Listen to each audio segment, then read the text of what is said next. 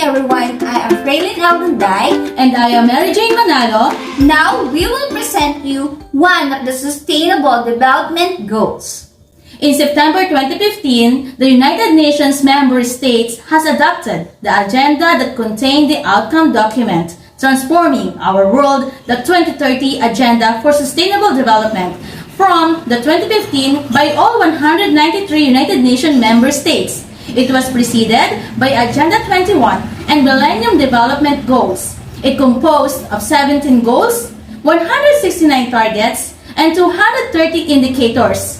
Indicators which is specific, observable, and measurable characteristic that can be used to show changes or progress a program is making toward achieving a specific outcome. The guiding principle for these goals are be integrated, be universal, be inclusive, and leave no one behind. The SDGs was meant to be inclusive for everyone to provide a comprehensive roadmap, a guide for us to achieve the future we want. Compared with the MDGs, the new SDGs have more ambitious agenda with bolder targets on health, education, and gender equality. The aim is to eliminate rather than to reduce poverty. And that is reviewed every year at high-level political forums. Now we're going to the SDG rebuild. Are you ready? Yes, let's start. Gender. If you'll notice that SDG5 specifically refers to women and girls and not to females, except when it comes to the topic of genital mutilation. Why is that? Well, because being a male or female is a biological determination, meaning it refers to the chromosomes and sexual organs that is born with. Whereas being a woman is a gender determination which is much more fluid, complex, and subjective. The way SDG5 is written is for all gender equality and for the most part includes anyone identifying as a woman or girl regardless of the biological sex they were born with. However, an important caveat from what I have read is that in practice, most or many programs working on gender equality. Equality, it is a situation in which men and women are all treated fairly and have the same opportunities. Opportunities in terms of ethnicity, race, religion or belief, political inclination, social class, sex, gender, sexual orientation, gender identity, gender expression, civil status, and medical condition. And it is all in the Bill of Rights in the 1987 here in the Philippines. And when we talk about equality, there's something related with the population or the gender ratio of the female and the male.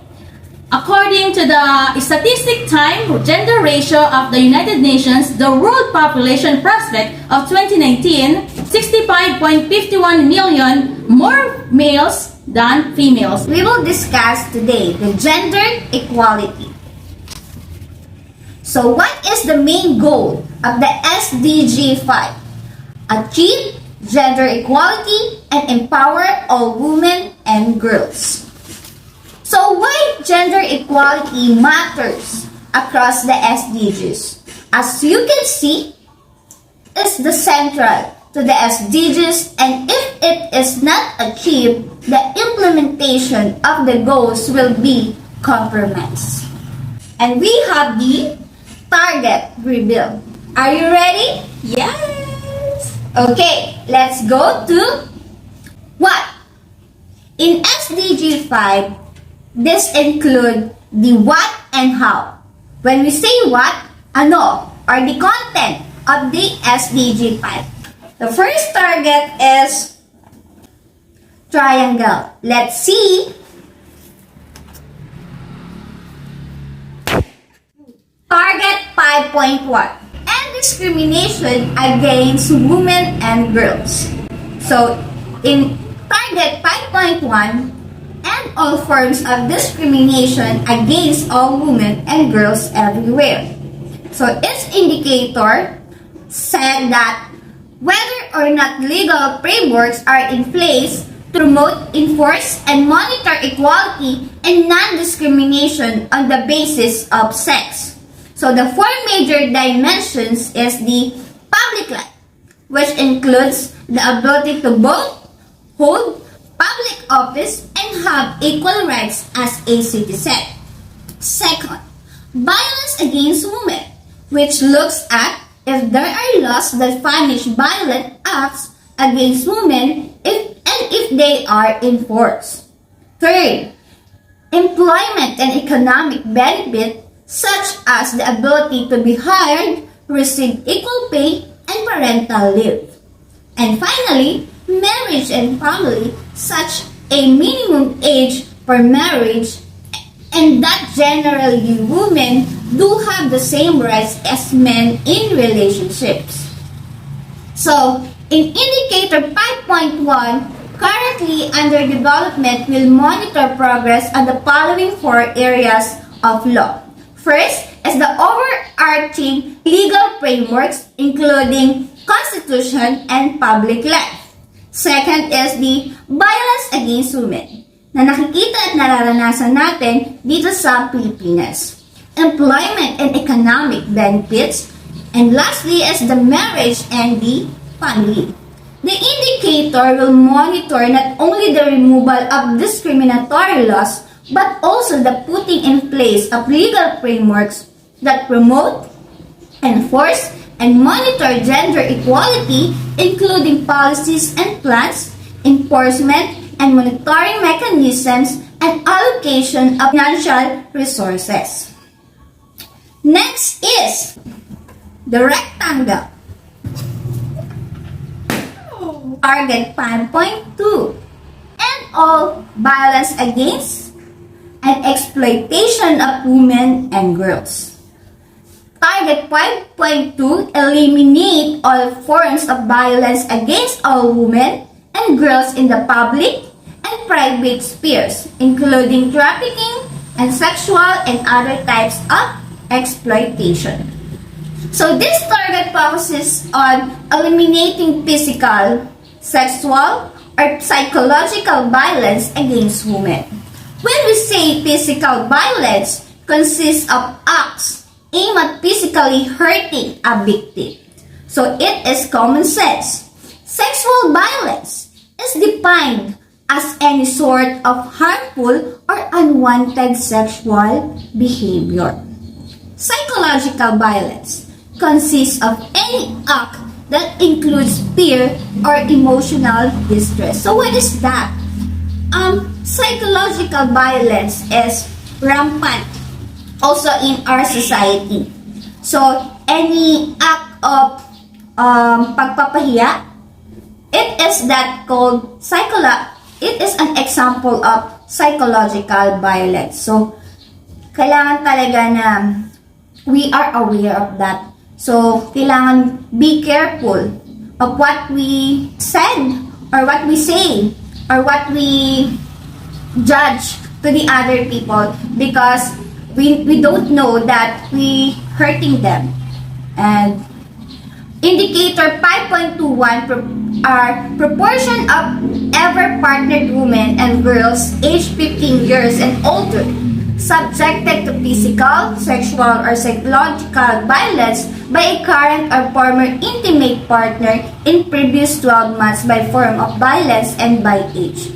So, I can share you that my own experiences during my days in the barangay as a bouncy assistant. So, we nakaranas kami na makatanggap ng ganito na bata. It's not only 15 years old. She is also only 13 years old. And the boy is, I think, 38. And sa batas dito sa Pilipinas, we cannot consider that na pagsamahin or they live in because there are possibilities that the man will hurt or be what we call that unwanted sexual behavior. Even though the girl what we call that the sexual pleasure na naranasan na niya, pero hindi pa rin ganun yung thinking ng mga bata na mararanasan talaga nila yun. So, parang napilit lang sila. So, hindi kailangan natin na tanggapin yun dito sa lipunan. Another indicator, 5.2.2, proportion of women and girls aged 15 years and older subjected to sexual violence by persons other than an intimate partner in the previous 12 months by age and place of occurrence. So, in research, 1 in 5 women and girls aged 15 to 49 reported experiencing physical and or sexual violence by an intimate partner in the previous 12 months. So, I can share you, kailangan maging bukas ang isip nyo kasi when we say like this topic, kailangan maging open-minded tayo. So, marami talaga kung maiisip nyo, kung aware kayo sa lipunan natin na hindi na ganun kaganda.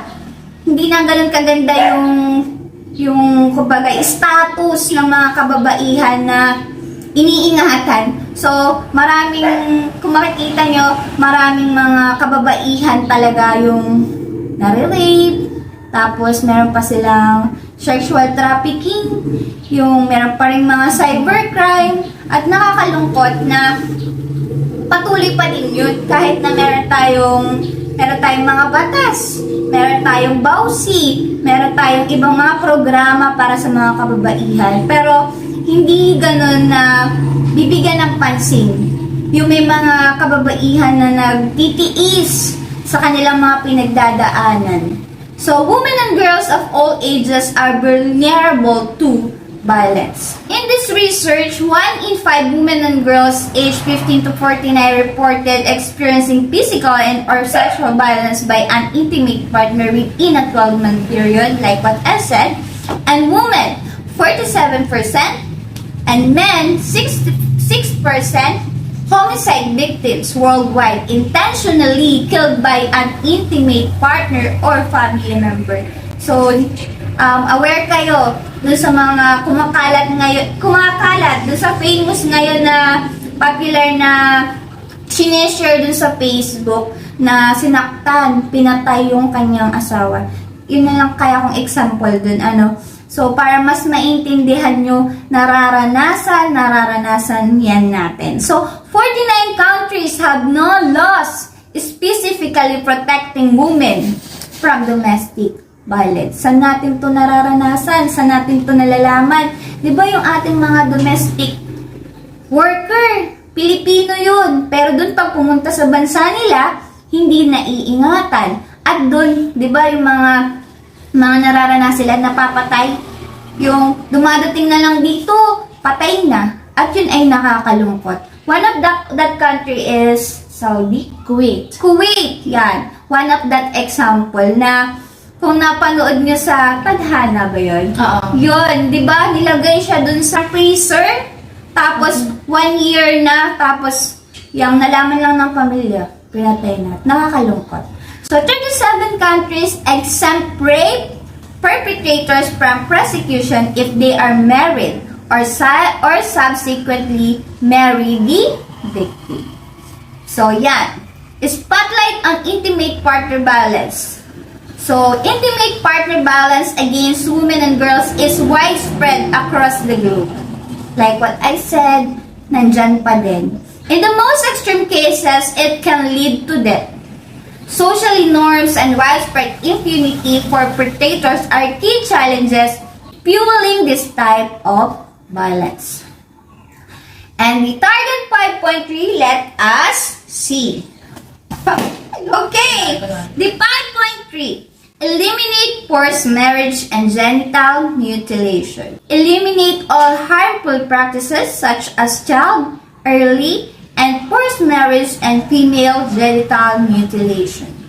So, child marriage refers to a formal marriage or informal union between a child under the age of 18 and an adult or another child who marry before 18. So, in our law in the Philippines, hindi pwedeng pagsamahin o pag-asawahin ang minor ages sa mga matatanda. Kasi yung below 18 pababa. Kasi kapag I can share you din. During my pag-aasawa, nung ako ay nag-asawa ng 21 years old, so hindi pa pwede na mag-asawa. Kumbaga, ay kailangan pa ng ng consent ng mga magulang. Kasi dito sa atin sa Pilipinas, pwede lang magsama at magpakasal ang mag-asawa sa tamang edad, which is the 25 years old. Yun ang pinakang tanggap dito sa Pilipinas. Pero kapag mga nasa 18 to 24 ka pa, kasama pa ang magulang. So, hindi pa ako nagpakasal noon, hinihintay ko pa talaga na mag-25 years old ako. At ang sawa ko ay 28 years old. O, diba? So, female genital mutilation or what we call the FGM refers to all procedures involving partial or total removal of the female external genital organs for non-medical reasons. Bakit mo nga naman ipapatanggal? Maraming mga bansa ang tanggap ito. Pero dito sa atin sa Pilipinas, so dito lagi tayo kasi may consent. Meron tayong sariling desisyon sa buhay natin kung paano natin pangangalagaan yung katawan natin. Pero paano naman sa ibang bansa, na nagiging batas sa kanila na bata pa lang. Compulsory, tama. Or mandatory, kinakailangan na bata pa lang, putulin na. Tanggalin na. So, nakakalungkot yun. Kasi, kailangan talagang eliminate yun. I-eliminate. So, tanggalin.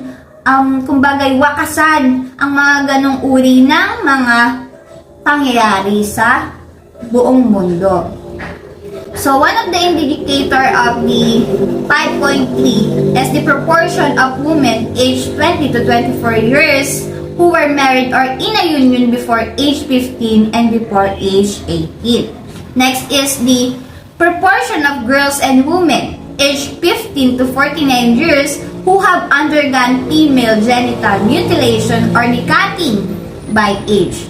So every year, 15 million girls under the age of 18 are forced into marriage. Yung maaga talaga silang ipinapakasal.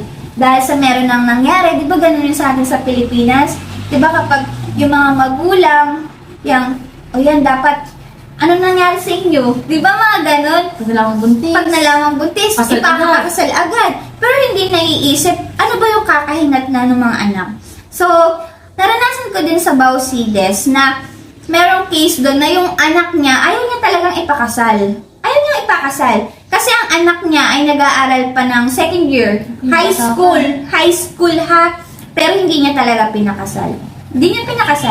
Kasi tama naman yun, dahil hindi mo pa alam kung ano ang iisipin, anong kayang gawin ng mga ganong bata sa kanilang edad. Next is Target 5.4. Value unpaid care and promote shared domestic responsibilities.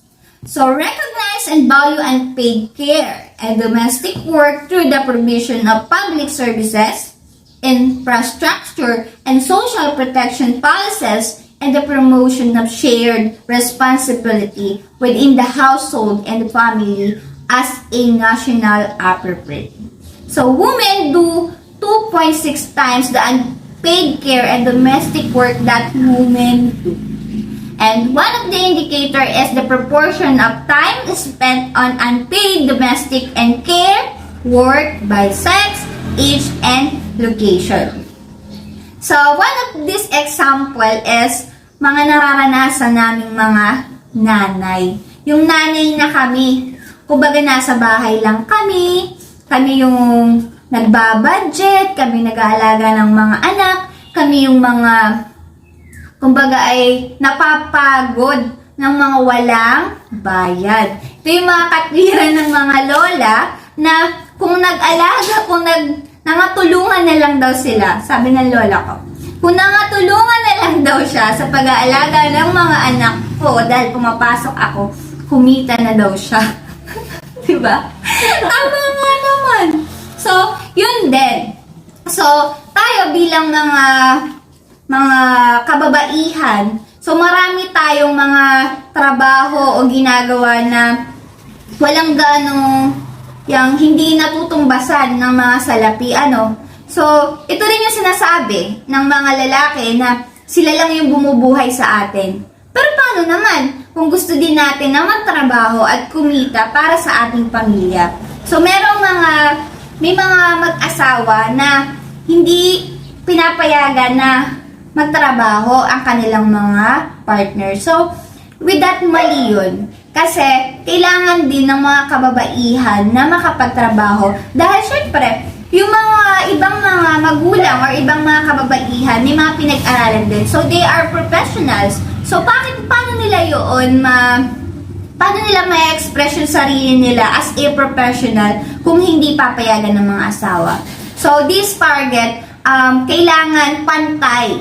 Kung ano ang kaya ng mga lalaki, ay kaya din ng mga babae. So, hindi kailangan i-discriminate kung ano yung kakayahan ng mga babae. So, pantay lang. Yan. And now, we're going to proceed to the target 5.5. Gonna look what is the target. This is the intense part here. Okay, so target 5.5, ensure full participation in leadership and decision making. Okay, so ensures women's full and effective participation and equal, with the word equal, opportunities for leadership at all levels of decision making in political, economic, and public life. So here,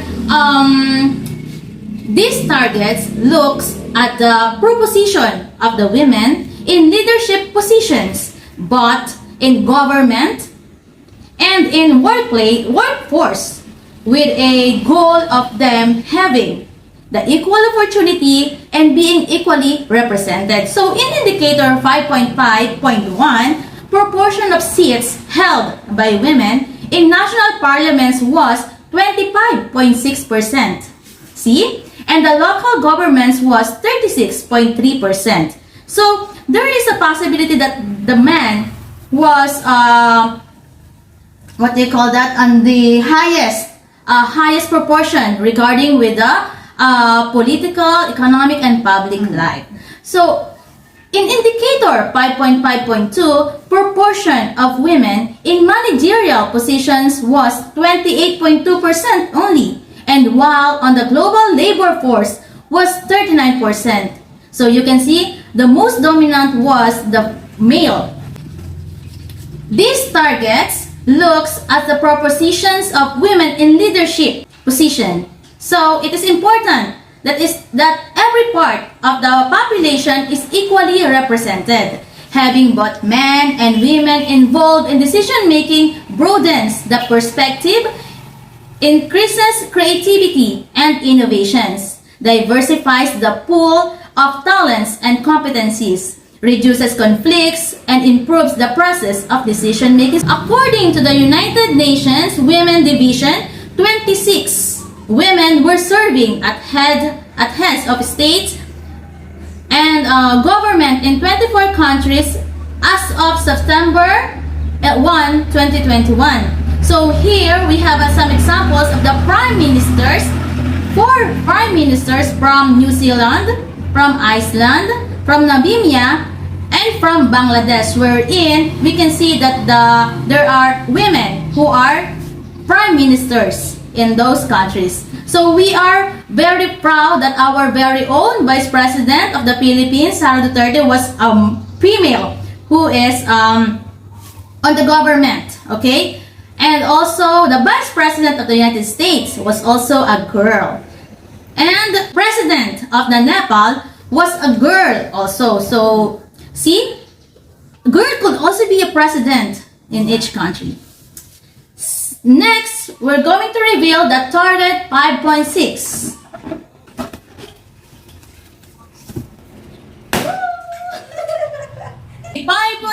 Universal access to reproductive health and rights. Okay, we had a information gained from Teacher Preline's discussions a while ago. Ensure universal access to sexual and reproductive health and reproductive rights as agreed in accordance with the Program of Action of the International Conference on Populations and Development and the Beijing Platform for Actions and the Outcome documents of the review conferences. So when we say the term sexual and reproductive health can be defined as a person's right to a healthy body, of course, and the autonomy, education, and healthcare to freely decide who to have sex. Of course, di ba? Hindi man tayo makikipag-sex sa ayaw natin. So, doon tayo sa gusto natin. And how to avoid sexually transmitted infections or unintended pregnancy. So, hanggang ngayon, wala pa, di ba napo-prove na gamot for the HIV, right? And the basic values and international standards of human rights are written in the Universal Declaration of Human Rights, which is signed by the 193 countries. So, according to the indicator 5.6.5, proportion of women aged 15 to 49 years who make their own enforced decision regarding sexual relations, contraceptive use, and reproductive health care was only 55% of married or in union women can make their have our own decision. So, nakakalungkot, di ba? And the number of countries with laws and regulations that guarantee full and equal access to women and men aged 15 years and older to sexual and reproductive health care, information, and education. So, sino ba yung tumutulong? Ayan. Para, kumbaga, kanino ba tayo dapat pumunta? Anong agency ba? We have the UNFPA, the United Nations Sexual and Reproductive Health Agency, and their mission is to deliver a world where every pregnancy is wanted, every childbirth is safe, and every young person's potential is fulfilled. So, with regards also with the reproductive health services, there's a lot of dimensions to consider. Accessible, including family planning, the education and services for prenatal care, the postnatal care also, the prevention of appropriate treatment of infertility, and also the most important is the abortion, which is around 43 million. Imagine, and those abortion take place worldwide according to the WHO. It's in a year, every year, imagine. So, also, one of the dimensions is the treatment of reproductive tract infections, sexually transmitted diseases, and other reproductive health conditions information nito. And also the counseling of human sexuality, reproductive health. And as a parent, we must be responsible and be active discouragement of harmful practices such as female genital mutilations. And now, we are going to discuss on the how. Ano ba yung mga paraan ng Goal 5 para ma-aim ang gender equality? The 5.A target reveal. Alright. So, the equal rights to economic resources, property, ownership, and financial services. And it talks about the undertake reforms to give women equal rights to economic resources, as well as access to ownership and control over land and other forms of property, financial services, inheritance, and natural resources in accordance with national laws. So here in indicator 5.A1, proportion of total agricultural populations with ownership or secure rights over agricultural land by sex. So as we can see on the diagram, male, most dominant regarding with that. So where is the equality on that? But based upon on the target, it should be an equal proportion, right? So until now, we cannot practice that kind of equality among the inheritance. Yeah. Okay.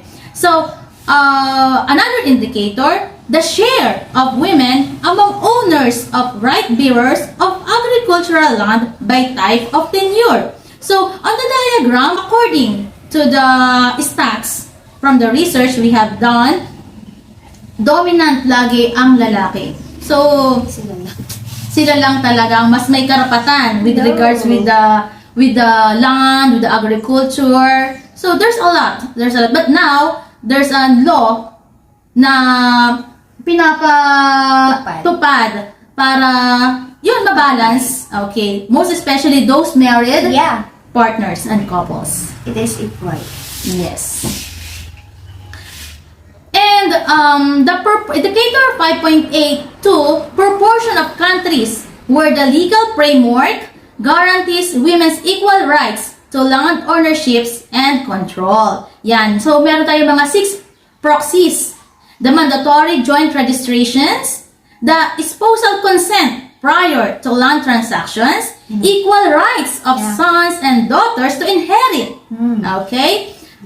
Budgetary commitments to strengthen equal rights of women regarding both the ownership and customary systems are recognized in legal and policy framework protected and the mandatory participations of women in land institutions. Okay, so it was based on the research we gathered from the Human's Access to Land. And now, we're going to reveal the other how to attain the gender equality. Here! Ooh! And it says that promote empowerment of women through technology. So, to enhance the use of enabling technology, in particular informations and communications technology, to promote the empowerment of women. As one of the indicator, proportion of individuals who own a mobile telephone by sex. So according to the research, women on average are 14% less likely to own a mobile phone than men. Okay, it was from 2015. GSMA Connected Women. And same year, on the research, 1.7 billion females in low and middle income countries do not own mobile phones. So bakit? Ano ba yung mga barriers? Okay, one of the barrier was social norms influence women's access to mobile technology. And that's one of the barrier bakit hindi nagkakaroon ng cellphone ang mga kababaihan, di ba? And also, based on the Mobile Gender Gap Report of 2021, okay, 143 million fewer women than men own a mobile. So, hindi pa rin talaga nami-meet yung equality using the phone. So, bakit ba? Bakit ba? Diba? Bakit pa nagkakaroon ng mga ganong inequality with regards to the technology? So, here are the top 3 barriers. Literacy and skills. First one, okay? Affordability, of course. Safety and security. In summary, talagang hadimaan pa rin, dominant pa rin ang paggamit ng mga lalaki sa phone. Ayun.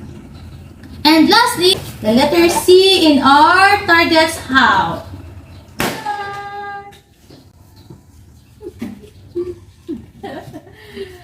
Adopt and strengthen policies and enforceable legislation for gender equality. So, what about this? It is the adopt and strengthen sound policies and enforceable legislation for the promotion of gender equality and the empowerment of all women and girls at all levels. So, as an indicator, proportion of countries with systems to track and make public allocations for gender equality and women's empowerment. So, ano-ano ba yung mga bansa na natatrack nila yung to track and make public allocations for the gender equality and women's empowerment? So, here we have the Iceland, Belgium, Ukraine, Australia, Serbia, Portugal, Ecuador, Bolivia, Liberia, Ethiopia, Pakistan, Uganda, Kenya, Malawi, India, and Nepal. And it is based upon on our world in data on their system track gender equality. So, gender gap. Okay, so we are discussing about the gender equality, and here is the reports that finds that no country has yet to achieve full gender parity. But here we have the top 10 economies that are close to 80% under gender gaps. And we are lucky because in the regional rankings, the Philippines is the second most gender equal country in East Asia and the Pacific. And we are next to New Zealand. And it is based upon on the investing in women.asia knowledge. Okay? And we are curious. Okay? We are curious. Yeah. What about the status or the current state of gender equality in the world? As a part of our topic,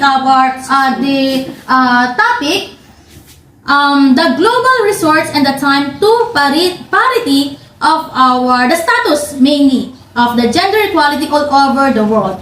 And as of in July 13, 2022, very recent, okay, updated, the global gender gap has been closed by 68.1%.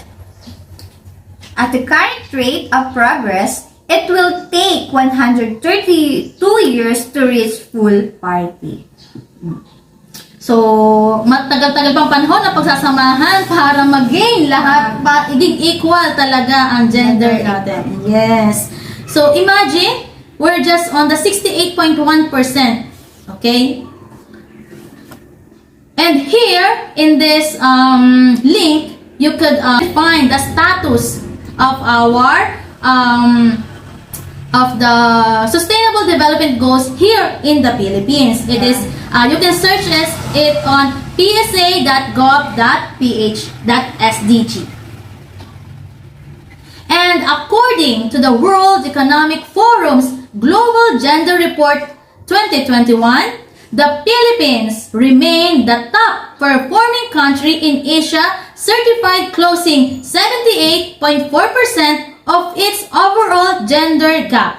And it was last March 11, 2022. So, in the Philippines, okay, so we can say that we're not that low on achieving our gender equality here in our country.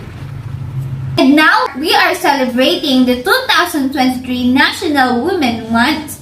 And this is celebrated in March 1 to 31, 2023. Recent. And the theme is We for Gender Equality, Inclusive Society. Hashtag We Can Be Equal. That's all! Thank you!